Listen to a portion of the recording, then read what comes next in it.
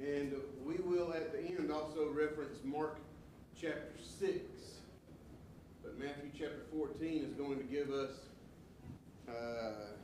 a better view of what happens. And it's going to start, obviously. Where do you think Matthew 14 starts? There you go. I guess we will too, huh? Sounds good.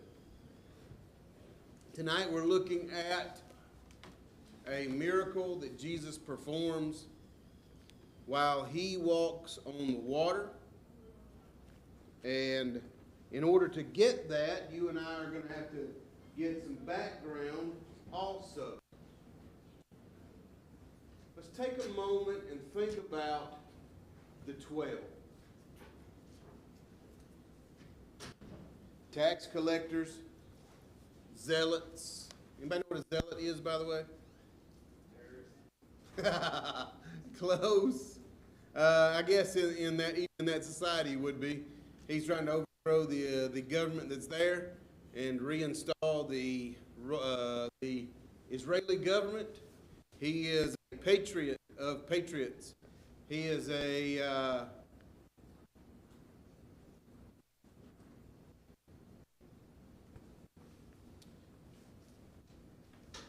he's really good at mingling in crowds and not being seen or really remembered.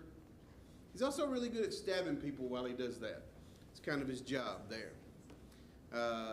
You have tax collectors who they don't like. You have fishermen who they don't care about. You have all these type guys from all these different backgrounds.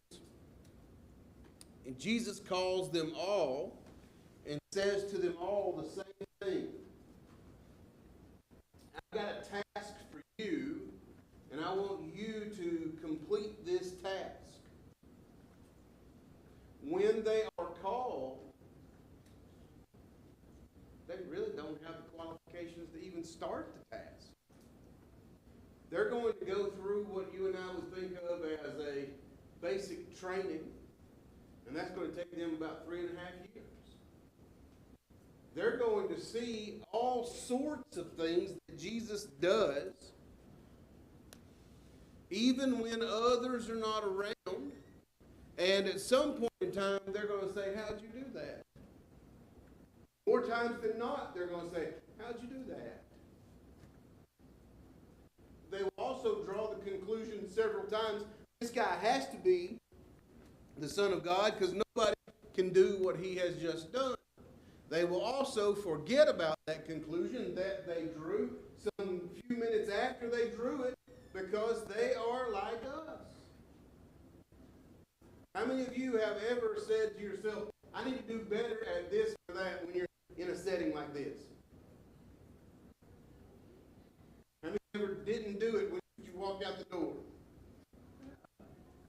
We get in these particular situations and we think, I do need to be doing these things better, and we do. We get in these particular situations and we think, man, I need to be working that direction, and we should. Only to get up and to walk out and be consumed with life again. It's just sort of the human condition.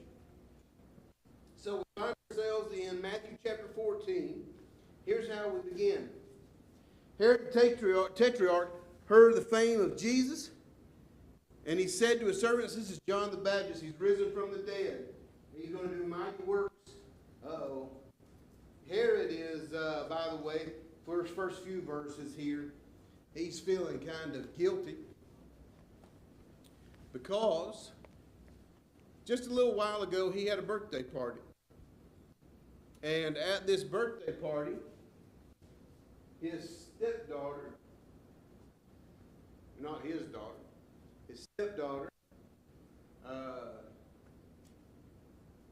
did a provocative little dance that riled him and his friends up, and they were, Herod was ready to give her all the way up to half of his kingdom, and she didn't know what to ask for. Went to her mother, and her mother said, you get the head of John the Baptist on a plate.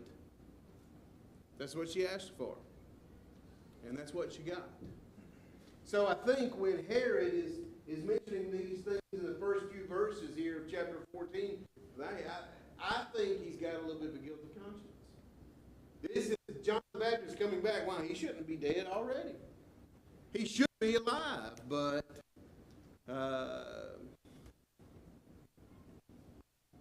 hormones took over in place of better judgment. So he is dead.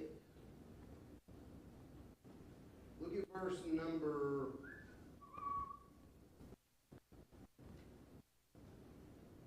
11. Sorry. His head was brought in a charger and given to this little girl. This family is probably not a little girl. And brought it to her mother. And John's disciples came and took his body and buried it. Then they went and told Jesus. So the disciples here are doing what any of us as friends of another would have done. They're taking this body, they're treating it with respect, and they're burying the body. Somebody is now in charge of telling the cousin of John the Baptist that his cousin is dead. Let me ask you a question. How many of you have a cousin that you are close with? Anybody? Anybody? Got two? Three?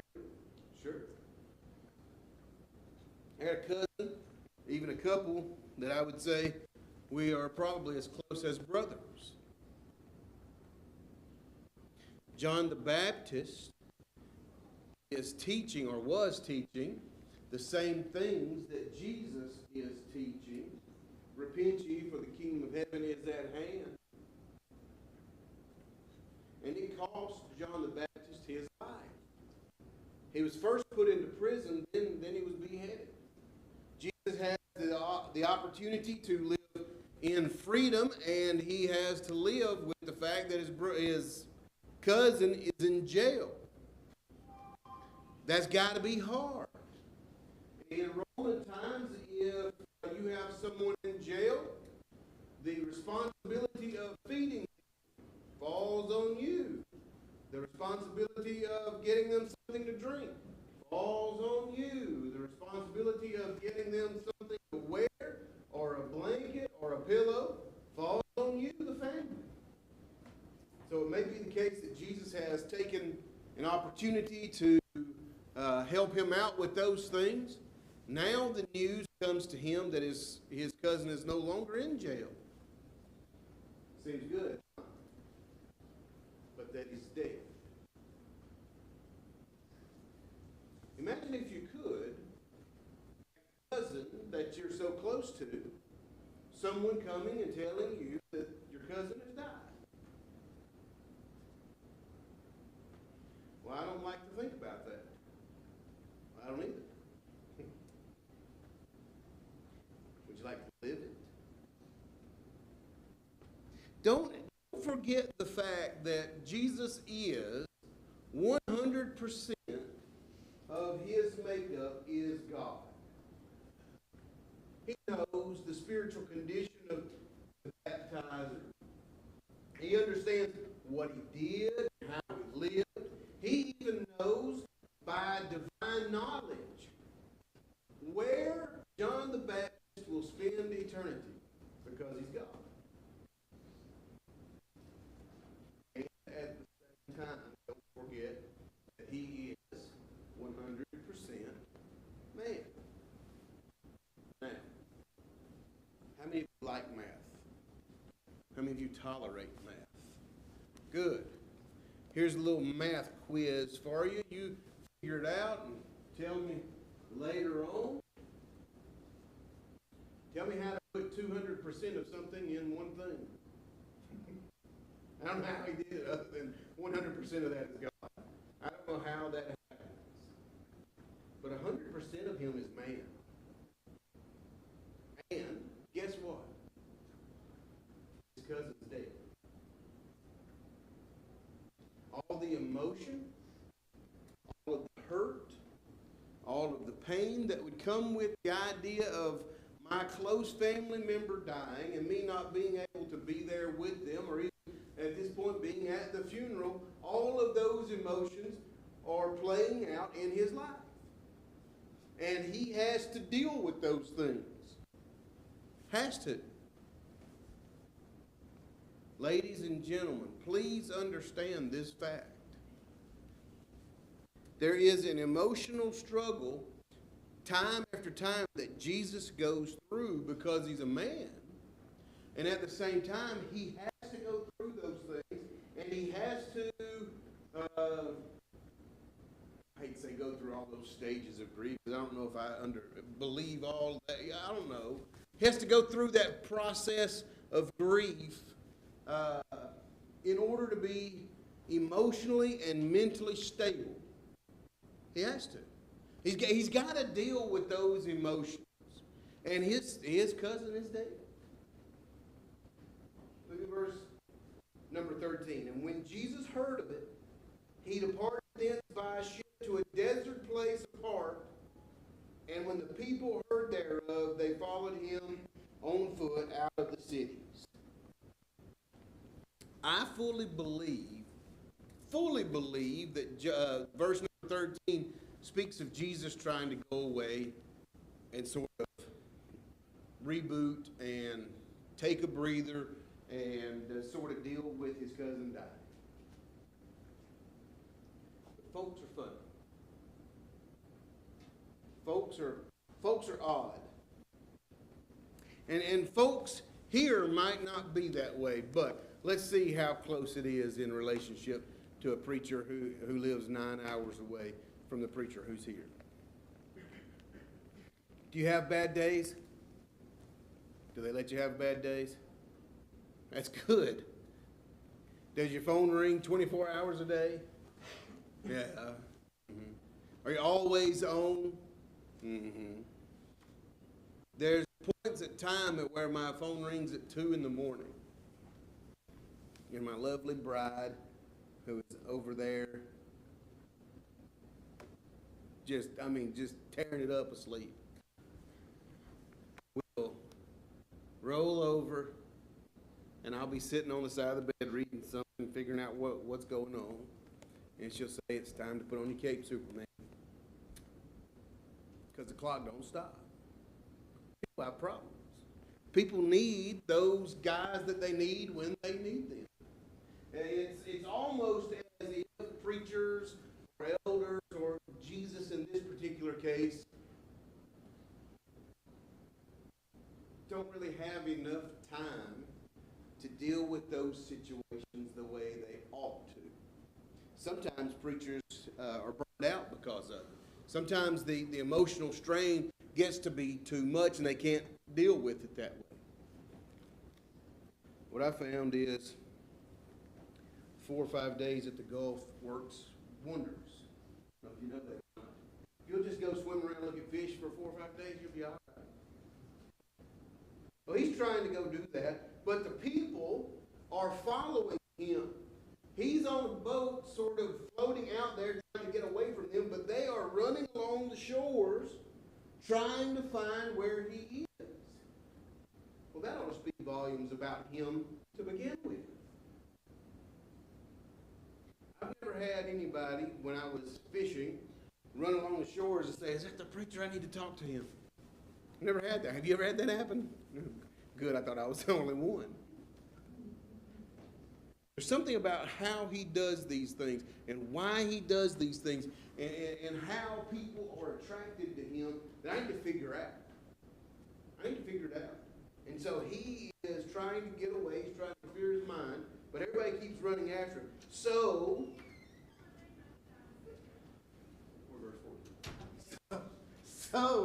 in verse 14, I hate to say it this way, but this is how I'm going to say it. He sort of bites the bullet and says, "Forget about what I was going to do. Let's see what these folks need." And he starts there in verse 14. He went forth, saw a great multitude, and was moved with compassion toward them. This is going to be a common phrase mentioned about Jesus to him, and even in individual settings. The individual setting I'm thinking of is the very first leper. There was one leper, and he's supposed to, according to Levitical law, cross the street, announce himself as being unclean as he covers up his mustache. By the way, does that sound remotely familiar? Across the street, 6 feet. Covering his mustache is an N95. Does that sound familiar? Oh, I don't know that. He covered his face? Yeah. Did he get about 6 feet away? Yeah. Why? He didn't want to spread it. That was Levitical law. Jesus sees this guy, the one leper. I don't know how long he had leprosy. We're never told. Jesus knew. I don't know when the last time he felt the heat from a human hand was. Jesus knew. Excuse me. But I know this. The Bible will read that Jesus had compassion on him. Here's your phrase. And touched him. Touched him. How? I don't know. But I know this.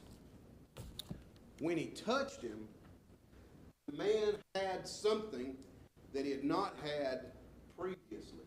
Not a miraculous healing. That wasn't it. What he had there was just a little bit of dignity. Just a little bit of humanity. Because Jesus had compassion. He touched this guy. But when Jesus is mentioned here with this particular group of people, he sees all of their needs. They're sick here who need to be healed. And he sees them all. He sees what they need. And he has compassion on them. Question for you this side. Can Jesus heal every one of them? Yes. Yes. That's a good answer. Does he need to even... Could he heal all of them in a blanket healing and never have to deal with any of them? Yes. Yeah. So, why does he put himself out? Why don't he just heal them? Why don't you just go, all right, all of y'all are done. I've got to go take care of some things. They're going to have to deal with him. He's going to have to deal with them. Is it enough that they just see him? No. Is it enough that they are healed by him? No, they need some sort of individual interaction. And they're going to get that. They need some individual interaction because they need, interestingly, like the t-shirt would say, they need Jesus. And they need the opportunity to be there. And so, he starts healing the sick. And verse 15 begins by saying this, and when the evening was come, here's the problem I have with verse 15. It's not really verse 15. It's the space in between verse 14 and verse 15. I don't know when he started. So I don't know if it was 2 hours or 12 hours. I don't know.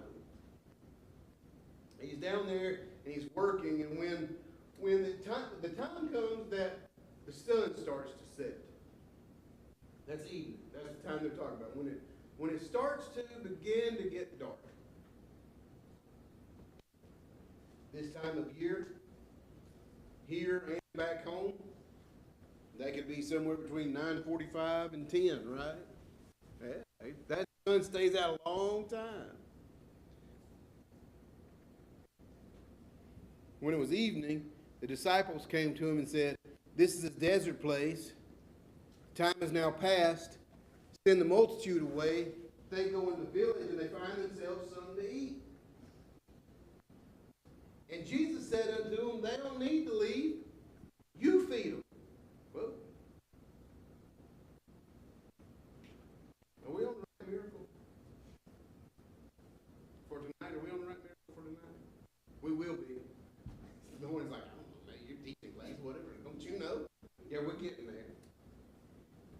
So they don't leave. They sit down. Jesus finds a lunch, a meal for a fisherman's kid. What's in the meal? What's in the happy meal that he finds? How much of what? 5 loaves and 2 fish. 2 fishes, right? That's right. Fishes. What's the difference between fish and fishes? Species. That's right. Species. 2 different kinds of fish. A bass and a crappie. They ain't the same thing. Maybe you had a fillet of each. If we had 2 fillets of bass, it'd be loaves and fish. Here he has 2 different species of fish. And he has loaves, right? Loaves, right? No. Rolls. You know, rolls, biscuits, something like that. That's about the size of this loaf. So he has biscuits, size, and some fish. 2 different varieties. You know, that ought to be enough to just get angry about, right? He didn't have any kind of malt vinegar. He had no hush puppies. He didn't have anything going his way. Or French fries, or fried pickles, none of that kind of stuff. Jesus sits them down and begins to distribute food. First he prays over it, and then the apostles distribute it. And when they had eaten, verse 12, about 5,000 men and women, they take up, verse 11, or 21 and 20 and 21, the apostles take up 12 extra baskets of food from 5 rolls and 2 fillet of fish. Where'd all that food come from? Now, I want you to hold your finger right there. We're going to teach this thing Quentin Tarantino style. You turn over to Mark chapter number 6. Let's jump to the end, and then we'll fill in the gap.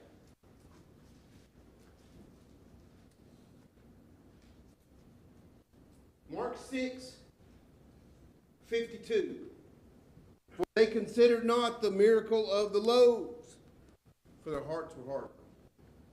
That's the end of what you and I are about to read in Matthew chapter 14.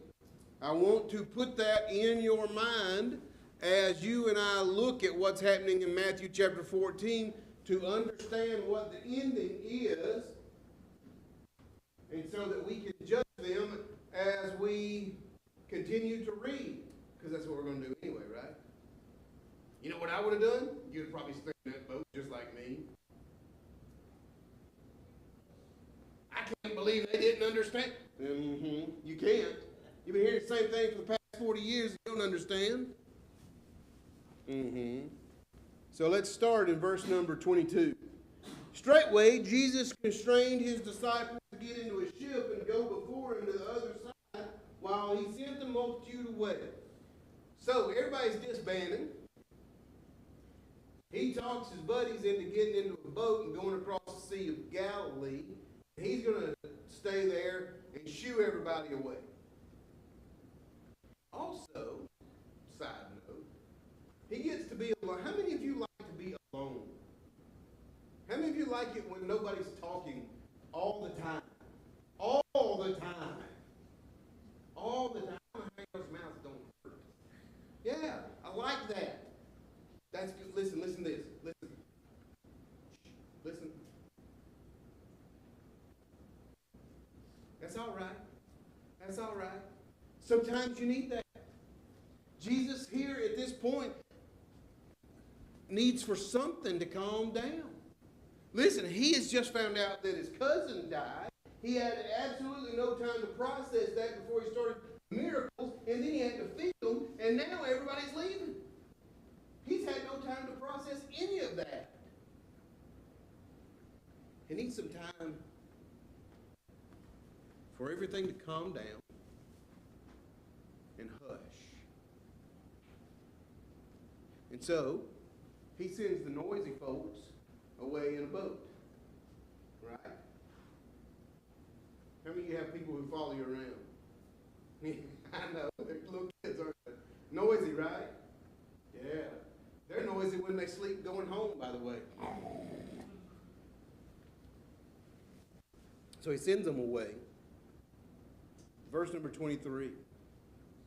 He went into a mountain apart to pray, and when evening was come, he is right where he wants to be. He is there alone. Don't overlook the fact that he is now dealing with himself.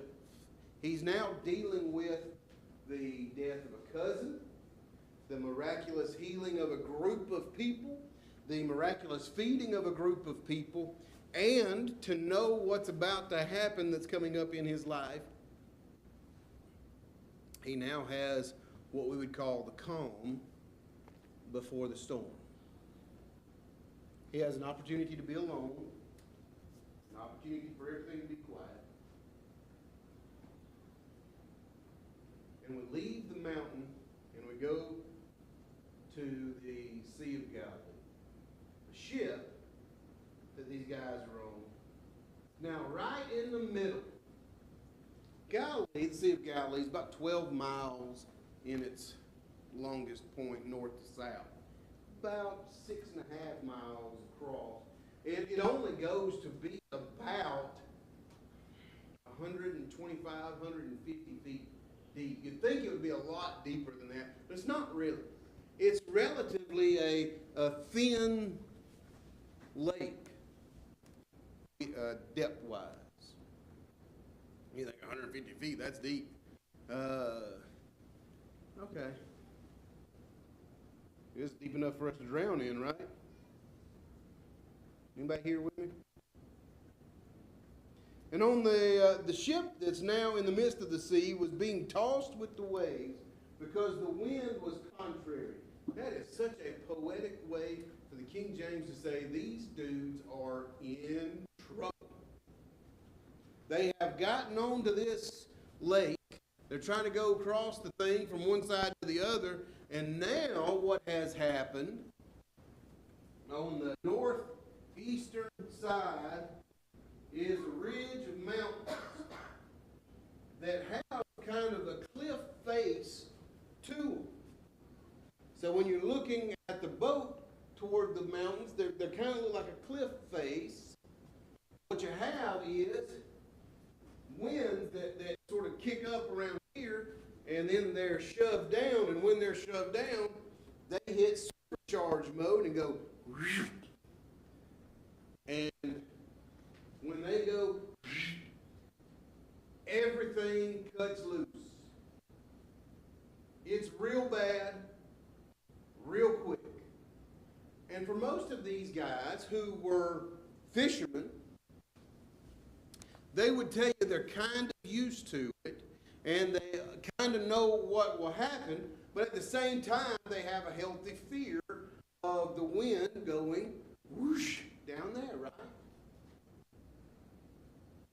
It's not where you want to be caught in that storm. Now go back to verse number 24. Read this with me. But the,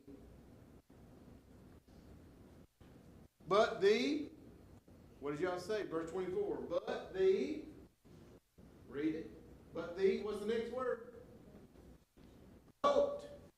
If yours is King James and it says ship like mine, you probably think of a cargo ship. You'd be wrong.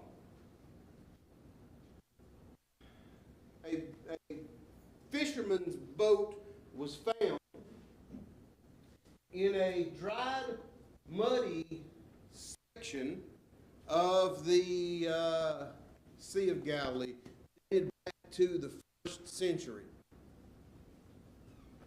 About as long as this pew. About as wide as a canoe. Now, whatever ranger bass boat you have in your mind, forget about it and put a canoe there. Here you have 12 dudes in a canoe trying to make it across, and everything breaks loose on them. And they don't know which way to go. Verse 25 is the fourth watch of the night. Matthew is Jew. Matthew's primary audience is Jewish. Matthew is going to write in a timeline that is Jewish. Good job. When is the fourth watch? When does the first watch start? There are 4 time periods in the day. The fourth watch is the last one. When's the time start? 6 a.m. Does anybody want to know why that is?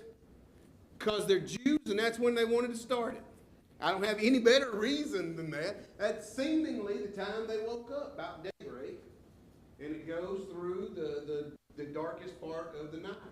So you're looking from the 1 to 4-ish, 1 to 5-ish, maybe midnight to 4-ish area. These dudes in pitch black dark, they may have a lantern or some sort of torch with them. They're in a situation where, if they're not careful, the canoe they're in will gather too much water from the rain or the splashing. What happens if a canoe gets too much water in it? How many of you on this side have ever been in a canoe? What happens if the canoe gets too much water in it?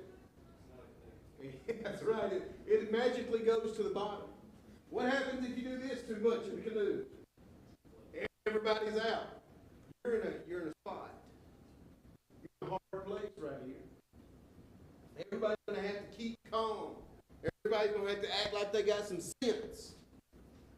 Because we're going to have to get through this. And here you have a group of men who have been on this lake before, and here's what they know. We can die right here. It is possible. And not only is it possible, it could be very likely that we die right here. According to Arkansas law, and I'm just going to assume that Missouri law is the same. If you are in a boat, you must have a PFD for every soul on that boat, correct? So how many do they have? 0, because they don't exist. What happens if they fall in the water? They swim till they get tired. Then what happens? Then they go visit the boat down there at the bottom. This is a dangerous situation. Look at verse number 26. And when the disciples saw him walking on the sea, they were troubled. Stop. Go back. 23. He went up into a mountain apart to pray, and he was alone. The ship in 24 goes away, the boat goes away, and Jesus, 25, comes walking to them on the sea. How did he get there?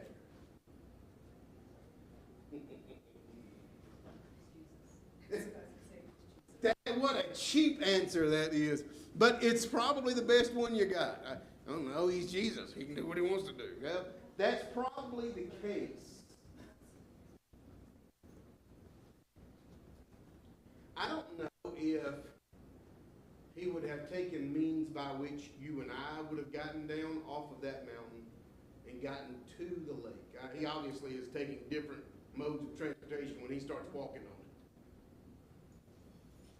I don't know if he takes the normal route of getting down this mountain. I don't know if he doesn't say, I'm God, space and time don't bother or really exist for me. I'm going to be here one moment and there the next. Take, for example, when he comes back to them in that upper room. He appears. How do you get there? You ready? I don't know. I don't know.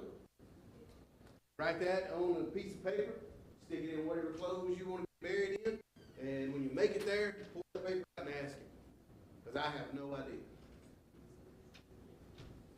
Somehow, he's from the mountain, and now he is walking beside this boat of terrified people who feel like they're going to drown,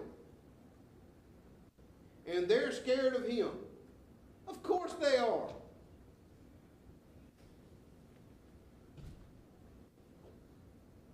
So there are bugs, I don't know if you know this, around Lake Hamilton.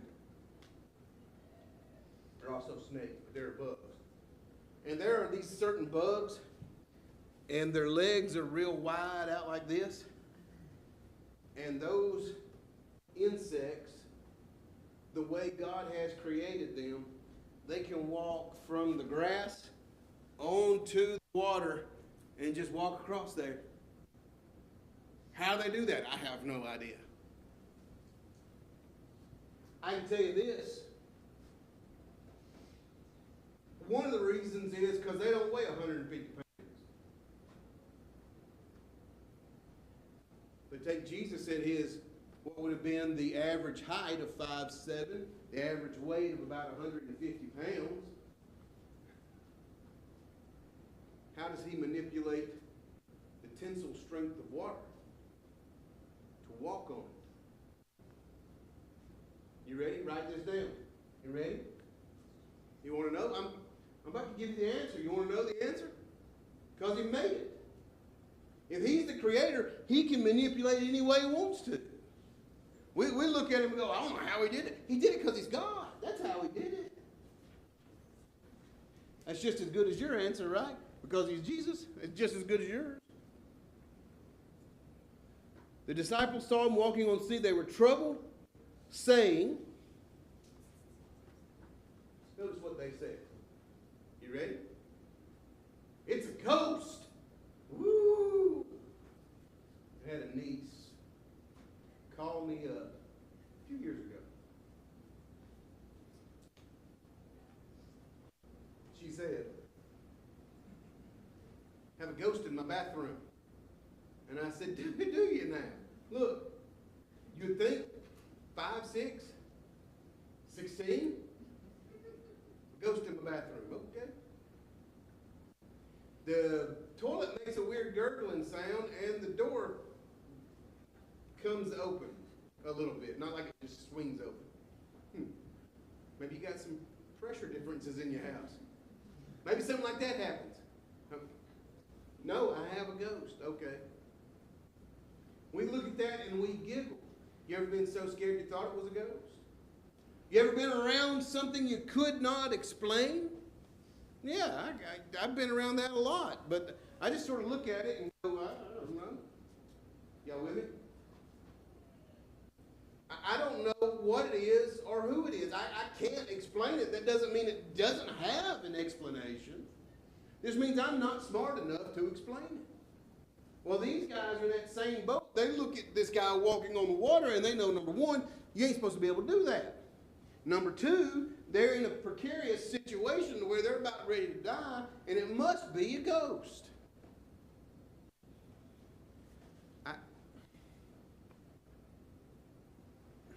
I can kind of see that, maybe.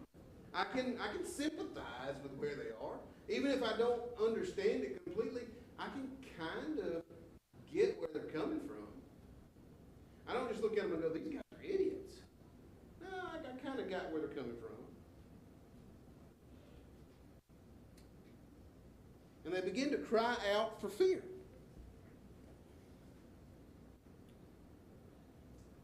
You ever heard anybody scream because they're afraid?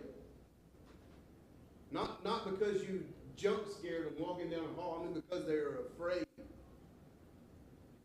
It can really alter everybody's mood who's around. It can raise your adrenaline and kind of get you afraid also. I had a night terror one night in my whole life. And I scared everybody in my house. I backed myself into a corner and was going to fight everybody in that house. And I wasn't awake, but I was screaming. I didn't know anything about it. And it made my girls so upset they didn't sleep that night. It's interesting how other bodies react to screaming. And here you could have 1, you could have 11. And they're terrified. They scream out in fear. They say it's going to be a ghost. Jesus says, do not be afraid. It is I, be of good cheer. He straightway, verse number 27, immediately, as Mark would write it, he immediately said that. He's trying right now to calm them down. And it seems like in verse number 28 that they sort of regain their composure. I can't say that they're not terrified, but they sort of regain their composure. And when they do, the one who always speaks up first, sometimes it's a good thing. Most of the time it's not. The guy who always speaks up first says, Lord, if it's you, command me to come out there on that water with you.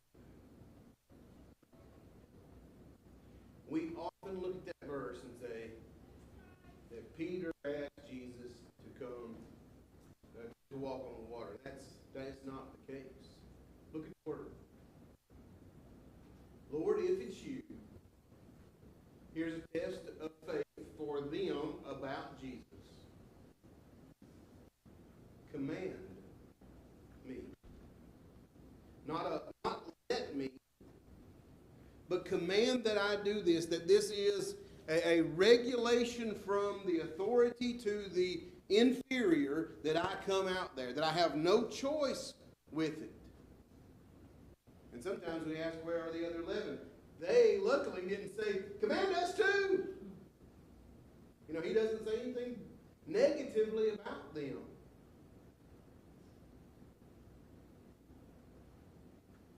Jesus said, all right, Slick, is where you want to be? Come on.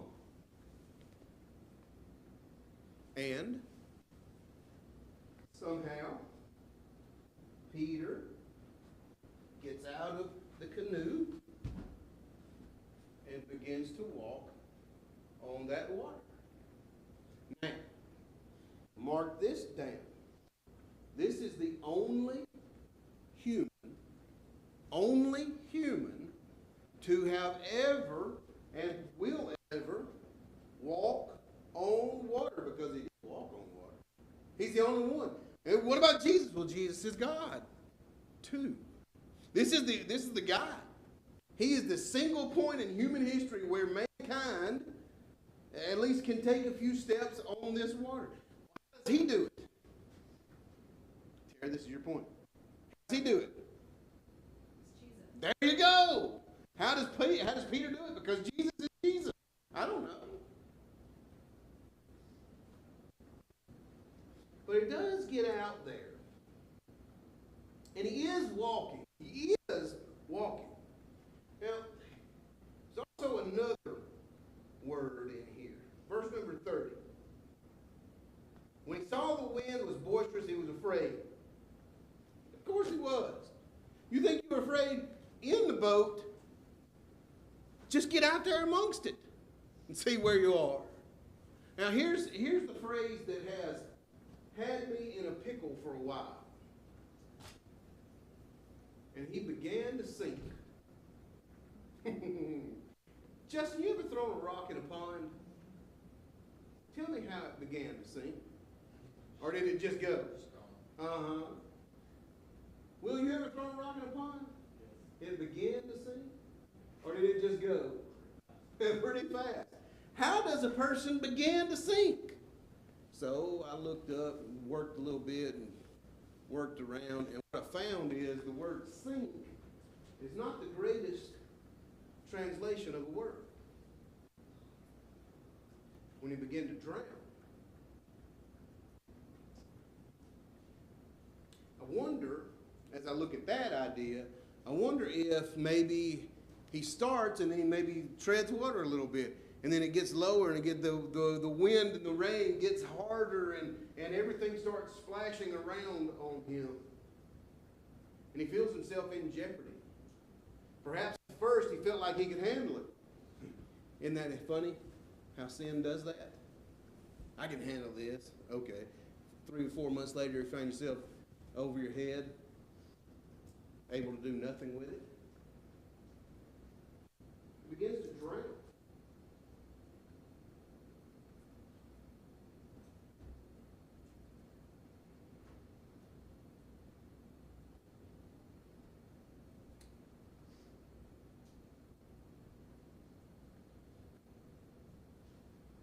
I don't think I'll take that. We'll move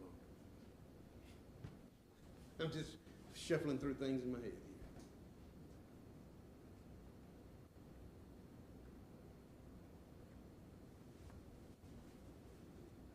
Why didn't Jesus help him to begin with? When he saw him struggling. When he was trying to swim. When he was trying not to drown. Why didn't he help him then? Who? He lost faith. Yet Jesus would say, you've lost your faith. Why didn't Jesus help him up at that point? Why is that? Yeah. Is it necessary that Peter asks? Yeah. You know, what we do is we find ourselves in a point to where we feel like we can't ask. That's a great tool Satan uses. Great tool. It's very efficient. It's just wrong.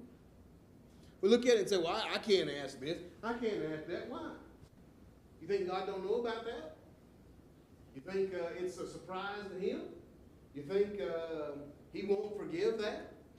What's the reason why you can't ask? We're further down the road now. We're 16. What's the reason why you can't ask? Usually we can't ask because of a word that has the letter I right in the middle of it. And you can either put sin right there or pride right there. It doesn't matter. I can't ask that. I don't want everybody to know this or that. I don't want them to know I'm struggling. Why? You don't think people struggle? You don't think this life is hard, that we need each other to get through it? Yeah. But the only way that people are going to know about it is you got to say something. Lord, will you save me? I sure will. Notice what he didn't say. Lord, will you save me? Man, you got out of that boat on your own. You made it all the way here. Then you started thinking maybe you should try to save yourself. It's not what God does. Immediately, 31, Jesus stretches forth his hand, caught it, and said, "O thou of little faith, where did you doubt?" Stop right there. As we often take that verse too and go, Peter he ain't worth 2 dead flies. You know what that phrase is? That's an old Alabama phrase. It means you ain't worth a lot. Jesus didn't say, Peter, you don't have any faith. You stink. He said, you're of little faith. Little faith. Is there faith there? Trick question. Is there faith there? Yes. Now, does it need to be cultivated? Does it need to be strengthened? Yeah. Let me ask you a question then. Thank you, preacher. Let me ask you this question. You got faith? Yes, this is no. You got faith? Does it need to be cultivated? Yeah. Jesus didn't look at this guy and say, you're the worst apostle I got. You ain't got no faith. You're getting out of boats. You're acting like a fool. What's wrong with you? He said, you got a little faith. Man, you're here, and I really need you to be here. There are 3 guys in Matthew 26 who find themselves in the garden with Jesus right before his arrest. Who are they? You can turn over there and cheat, I don't care. Who are the three guys in the garden with Jesus before he's arrested? Who? Whoa, who? Peter? You throw the guy of little faith? Yeah, why? Because he cultivated it. He is here. No doubt. He is here. I need you to be there. He'll get there. He'll get there. But it takes time. It takes time. How many of you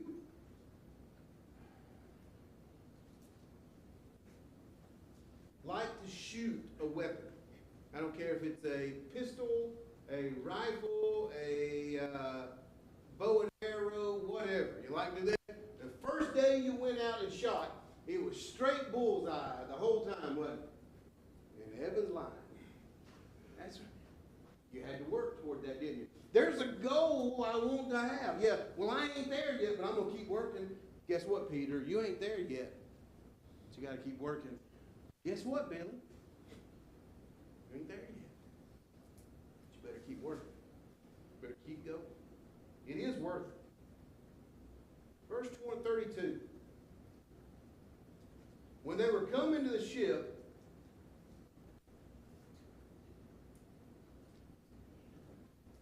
this overwhelming storm that had scared these men to death, where they thought they were about ready to drown. When Peter and Jesus put their feet back in this canoe, it stops. Right then and right there. Now, how many of you can say in a loud enough tone, stop, and your children will stop?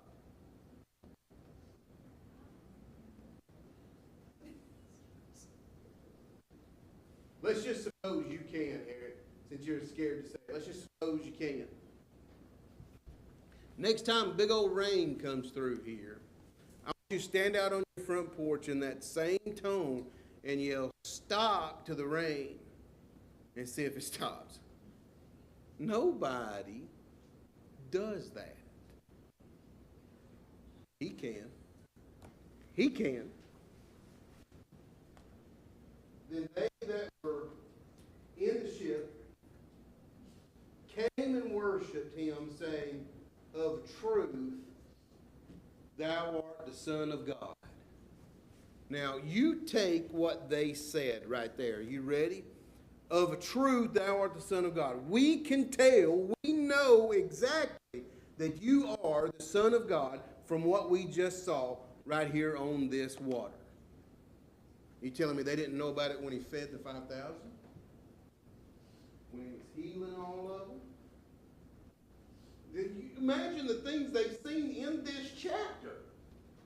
And this is the point where they say, ooh, you're the Son of God.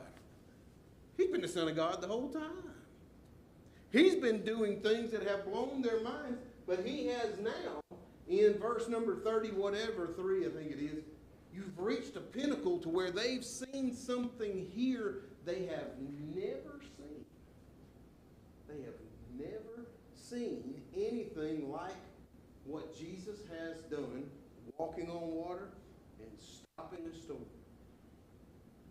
Well, let's take some lessons out of this thing for a moment. I need to work on faith is a good lesson. I can't feed 5,000. I can't heal a bunch of people. I have compassion toward people, just like Jesus did. I can't walk on water like Peter did, but I can meet people in the storms of their life. What about you? Could you do that? Is that possible for you to do? All right, check or not. Don't be scared. I won't look right at you. Is it possible for us to do those things? Let's end with 1 John chapter 5 and verse number 3. those things that we look at with faith and compassion and those kinds of things that we could do, I think 1 John chapter 5, verse number 3 sort of wraps that all up in a pretty little bow. You ready? For this is the love of God, that we keep His commandments. And His commandments are not grievous. Aside from being a general in Star Wars, you can smile, it's all right. How many of you have used the word grievous this week? You know what it means? Yep. Impossible to do. His commands are not, notice what it says. The love of God, love toward God, is shown in doing His commandments, and His commandments are not impossible for us to do. God simply wants us to do what we can. Can I be more compassionate? Can my faith be stronger? Can I draw nearer to God? Oh, you're going to hate this statement, man. Well, why don't we? If those are things I can do, and God expects me to do what I can do, then what's holding me back from drawing closer to Him? What's holding me back from having deeper faith? What's holding me back from following His word? You want to know the answer? You know the answer, what's holding me back? Me. That's what's holding me back. Me. So, get out of your way. Just do what God said do. It's that easy. Just do what God said do. All right, we're done. I hate to ask this question, but I'm going